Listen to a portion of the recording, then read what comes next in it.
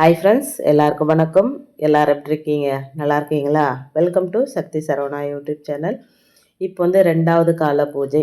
இந்த பூஜை வந்து மகாவிஷ்ணு சிவபெருமானுக்காக செய்கிற பூஜை அப்படின்னு சொல்லுவாங்க. இது 2ஆம் கால பூஜை. இது எப்போ ஆரம்பிக்கலாம் அப்படின்னா 9 மணிலேருந்து 12 மணிக்குள்ளே இந்த பூஜையை நாம் செய்யணுங்க.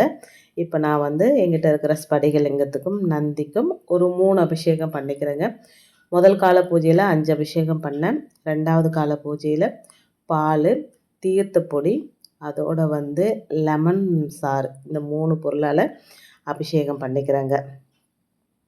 மகா சிவராத்திரியோட மகத்துவத்தை வந்து வார்த்தைகளால் சொல்ல முடியாதுங்க. மகா சிவராத்திரியில் எல்லா தெய்வங்களும் சிவனை வழிபடுவதாக ஒரு ஐதீகங்க. அதனால் நம்ம இந்த சிவனை வழிபாடு செஞ்சாலே எல்லா தெய்வங்களையும் வழிபாடு செய்த பலன் நமக்கு கிடைக்குங்க. இந்த நாளில் சில குறிப்பிட்ட விஷயங்களை நம்ம செய்கிறதுனால சிவபெருமானோட அருளை பெறுவதோடு எல்லா விதமான நன்மைகளையும் நம்மளால் பெற முடியுங்க. மகா சிவராத்திரியில் அபூர்வ கிரக சேர்க்கை நடக்கும் அப்படின்றதுனால இந்த நாளில் செய்யப்படுற வழிபாடுகளில் கிரக தோஷங்களும் அதனால் ஏற்படும் கெடு பலன்களும் நீங்கும் அப்படின்னு சொல்லப்படுதுங்க. மகா சிவராத்திரி உலகத்திற்கே தாயும் தந்தையுமாக விளங்கும் சிவபெருமானையும் பார்வதி தேவியும் வழிபட்டு அருள் பெறுவதற்கான ஒரு உன்னதமான நாள். இந்த நாளில் பக்தர்கள் எல்லாருமே சிவன் கோவிலுக்கு போயிட்டு சிவ பூஜை செய்து வழிபடுறது வழக்கம். ஏராளமானவங்க கடுமையான விரதம் இருந்து ராத்திரி ஃபுல்லாக கண் விழித்து சிவ பூஜை செய்வாங்க. சிவபெருமான் உருவமான சிவலிங்க திருமேனியாக காட்சி அளித்த நாள் அப்படின்றதுனால இந்த நாளில் சிவலிங்க வழிபாடு ரொம்ப ரொம்ப ரொம்ப உன்னதமான பலனை தருங்க. சிவன் பார்வதி திருமணம் நடைபெற்ற நாள் அப்படின்றதுனால இது வந்து தெய்வீக சங்கமத்தின் நாள் அப்படின்றதுனால பக்தர்கள் இதனை விழா எடுத்து கொண்டாடுறாங்க. இந்த நாளில் சில குறிப்பிட்ட விஷயங்களை மட்டும் நம்ம செஞ்சோம் அப்படின்னா வாழ்க்கை ஃபுல்லாக நமக்கு வெற்றியும் செல்வ செழிப்பும் குவிந்து கொண்டே இருக்கும் அப்படின்றதும் ஒரு நம்பிக்கைங்க. சிவபெருமானோட அருளை பெறுவதற்காக நாம் வந்து நம்மளுடைய உடம்பையும் மனசையும் தூய்மையாக வச்சு பயபக்தியோடு விரதம் கடைபிடிக்கணுங்க. முழு நேரமும் உபவாசம் இருந்தோ அப்படி இல்லைன்னா ஒரு வேளை மட்டும் சாப்பிட்டோ இல்லை தவிர்த்தோ பால் பழங்கள் மட்டும் சாப்பிட்டுட்டு மகா சிவராத்திரி விரதம் இருக்கலாம். அப்படி விரதம் இருக்க முடியாவிட்டாலும் இந்த நாளில் வந்து அசைவ உணவுகள், இந்த பூண்டு, வெங்காயம் இதெல்லாம் போன்ற பொருட்களை தவிர்க்கிறது ரொம்ப ரொம்ப நல்லதுங்க. இந்த நாளில் சிவ மந்திரங்களை மனசார பக்தி சிரத்தையோடு சொல்கிறதுனால நமக்கு வந்து ஆன்மீக பலம் அதிகரிக்குங்க. தடைகள் விலகும். உடல் ரீதியான பிரச்சனைகள் இருக்கிறவங்க, நீண்ட ஆயுள் பெற வேணும் அப்படின்னு நினைக்கிறவங்க மகா மிருத்யுஞ்சய மந்திரத்தை ஜபம் செய்கிறது ரொம்ப நல்லது. ராத்திரி நேரத்தில் ஓம் நம சிவாய சிவாய நம அப்படின்ற மந்திரத்தை 108 முறை ஜபம் செய்கிறது ரொம்ப ரொம்ப ரொம்ப நல்லதுங்க. சிவலிங்கத்திற்கு அபிஷேகம் செய்து வழிபடுறது அப்படின்றது கர்மாக்களிலிருந்து விடுபடவும் சிவனோட அருளை பெறவும் உதவும். இந்த நாளில் சிவலிங்கத்திற்கு பாலால் அபிஷேகம் செஞ்சோம் அப்படின்னா வறுமை நீங்கும். தேனால் அபிஷேகம் செய்தோம் அப்படின்னா தெய்வ அருள் கிடைக்கும். தேன் போல் நம்மளுடைய வாழ்க்கையும் இனிக்குங்க. கங்கை தீர்த்தத்தால் அபிஷேகம் செஞ்சோம் அப்படின்னா ஆன்மா வந்து தூய்மையடையும். வில்வ இலையால் அபிஷேகம் அர்ச்சனை செய்கிறதுனால சிவபெருமானோட அருள் பரிபூரணமாக கிடைக்கும். விபூதியால் அபிஷேகம் செஞ்சால் ஆன்மீகத்தில் உயர்நிலையை அடைய முடியுங்க.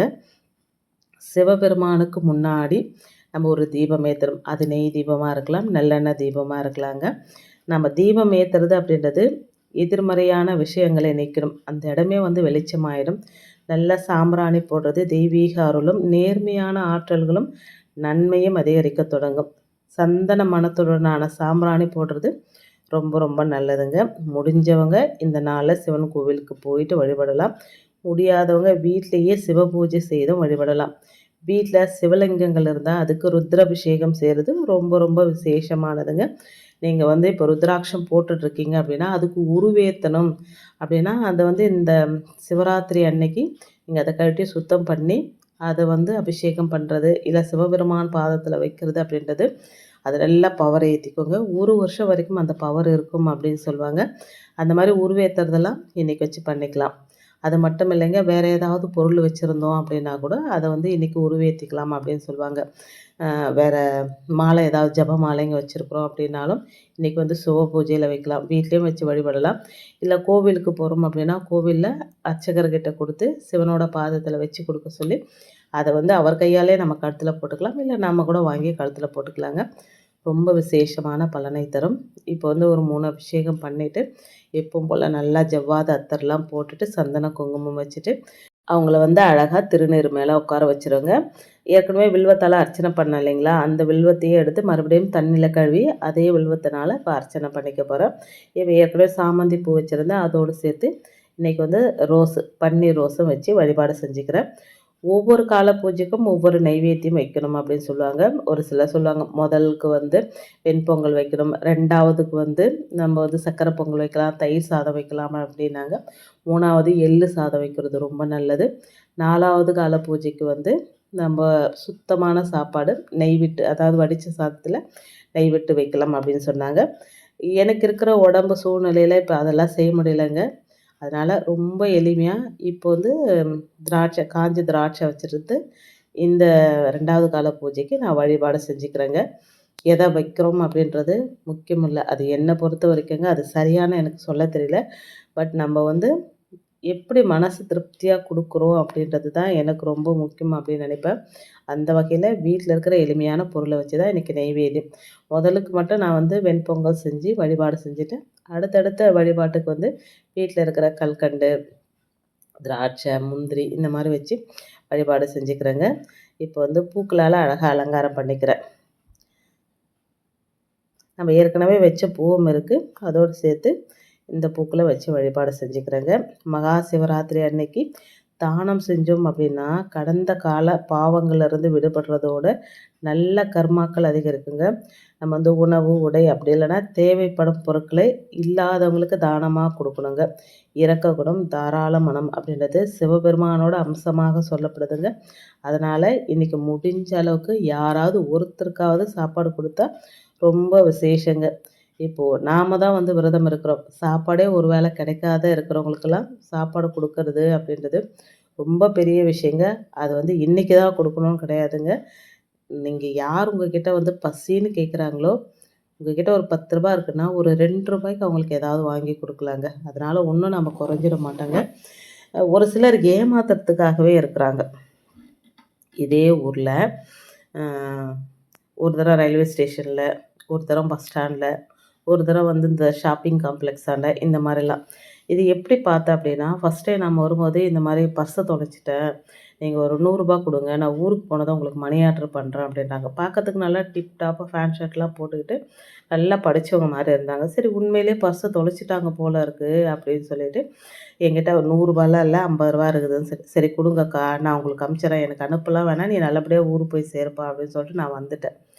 ஸோ ஒரு 10 நாள் கழித்து நான் வந்து பொருள் வாங்கலாம் அப்படின்னு கடைக்கு போனேன். அங்கே நின்றுக்கிட்டு வேற ஒருத்தர்கிட்ட அதே ஆள் வந்து காசு கேட்டுட்ருக்குறாங்க. இவங்களெல்லாம் என்ன சொல்கிறது பாருங்கள். நம்ம வந்து ஏதாவது கொடுக்கணும் அப்படின்னாலும் இந்த மாதிரி ஏமாத்துறவங்க இருக்கும்போது உண்மையிலேயே கேட்குறவங்களுக்கு இவங்க ஏமாத்துறாங்களா, இல்லை உண்மையாக கேட்குறாங்களா அப்படின்ற ஒரு சந்தேகம் நமக்கு வருதா இல்லைங்களா? சரி நம்மளை ஏமாத்துனா கூட ஏமாத்துட்டோம், ஒரு 10 ரூபா இருக்கா, ஒரு ரூபா கொடுத்துருங்க. ஏமாத்துனா அதோட பலனை அவங்க அனுபவிக்கட்டும். தெரிஞ்சே ஏமாத்துறவங்களுக்கு கொடுக்கக்கூடாதுங்க. இப்போ தெரியாமல் வந்து கேட்குறாங்க அப்படின்னா நம்ம அதை கொடுக்கலாம். அது என்னோட இது கரெக்டான எனக்கு சொல்ல தெரியலங்க. இப்போ வில்வ இலையால் அர்ச்சனை பண்ணிக்கிறேங்க. ஓம் நம சிவாய சிவாய நம அப்படின்ற மந்திரத்தை சொல்லி அர்ச்சனை பண்ணிக்கிறேன். அதோடு வந்து இது வந்து மகாவிஷ்ணு வந்து வழிபாடு செஞ்சதுனால ஓம் நமோ நாராயணாய அப்படின்ற மந்திரத்தையும் சொல்லி வழிபாடு செஞ்சுக்கலாங்க. சிவபெருமானை வந்து ஆதி யோகி அப்படின்னு சொல்லுவாங்க. முதல் யோகியான சிவனுக்கு விருப்பமானது அப்படின்னா தியானம் தாங்க. அவரை நினச்சி நம்ம இரவு நேரத்தில் தியானம் செய்கிறது ரொம்ப நல்லது. மனசில் சிவனை நிறுத்தி ஒரு இடத்துல அமைதியாக உட்காந்துட்டு குறைந்தபட்சம் 15லிருந்து 30 நிமிஷங்களாவது தியானம் செஞ்சோம் அப்படின்னா மனசில் அமைதியும் ஞானமும் பிறக்குங்க. மகா சிவராத்திரி அன்னைக்கு அற்புதமான கிரக சேர்க்கை நடைபெறதா சொல்லப்படுதுங்க. இந்த நாளில் பக்தியோடு சிவ வழிபாடு செஞ்சால் கிரக தோஷங்கள் நீங்கும். சிவபெருமானை வழிபாடு செஞ்சாலே எல்லா தோஷமுமே நீங்கும் அப்படின்னு சொல்லுவாங்க. ஸோ இன்றைக்கி வந்து 2வது கால பூஜை வந்து நல்லபடியாக பண்ணி முடிச்சுட்டேங்க. ஓம் நம சிவாய சொல்லிவிட்டு அதோட வந்து சிவபுராணமும் நான் படிச்சுக்கிட்டேங்க. நான் பார்த்து தான் படிப்பேன், பார்க்காத படிக்க தெரியாதுங்க எனக்கு. பார்த்து படிச்சுட்டு இன்றைக்கி நல்லபடியாக 2வது கால பூஜையை பண்ணி முடிச்சுட்டு தீப தூப ஆராதனை காமிச்சு என்னுடைய வழிபாடை வந்து நிறைய செஞ்சுட்டேங்க. இதையும் நான் வந்து லைவ் போட்டிருக்கிறேன். அதாவது அர்ச்சனை பண்ணுறது, விபூதி அர்ச்சனை பண்ணது, அதுக்கப்புறமா வந்து வில்வ இலையால் அர்ச்சனை பண்ணதெல்லாம் வந்து லைவாகவே போட்டிருக்கிறேன்.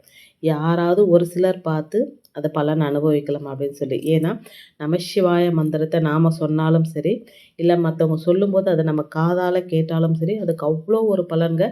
அதுவும் குறிப்பாக இந்த மகா சிவராத்திரி அன்னைக்கு நம்ம கேட்கும்போது, நம்ம சொல்லும்போது ஒரு தரம் சொன்னால் 1,00,00,000 தரம் சொன்ன பலன் கிடைக்கும் அப்படின்னு சொல்லுவாங்க. அதி அற்புதமான ஒரு ராத்திரி அப்படின்னா அது வந்து சிவராத்திரி தாங்க. அந்த நாளில் நம்ம எது செஞ்சாலுமே 1000 மடங்கு கோடி மடங்கு நமக்கு ரெட்டிப்பாகும் அப்படின்னுவாங்க.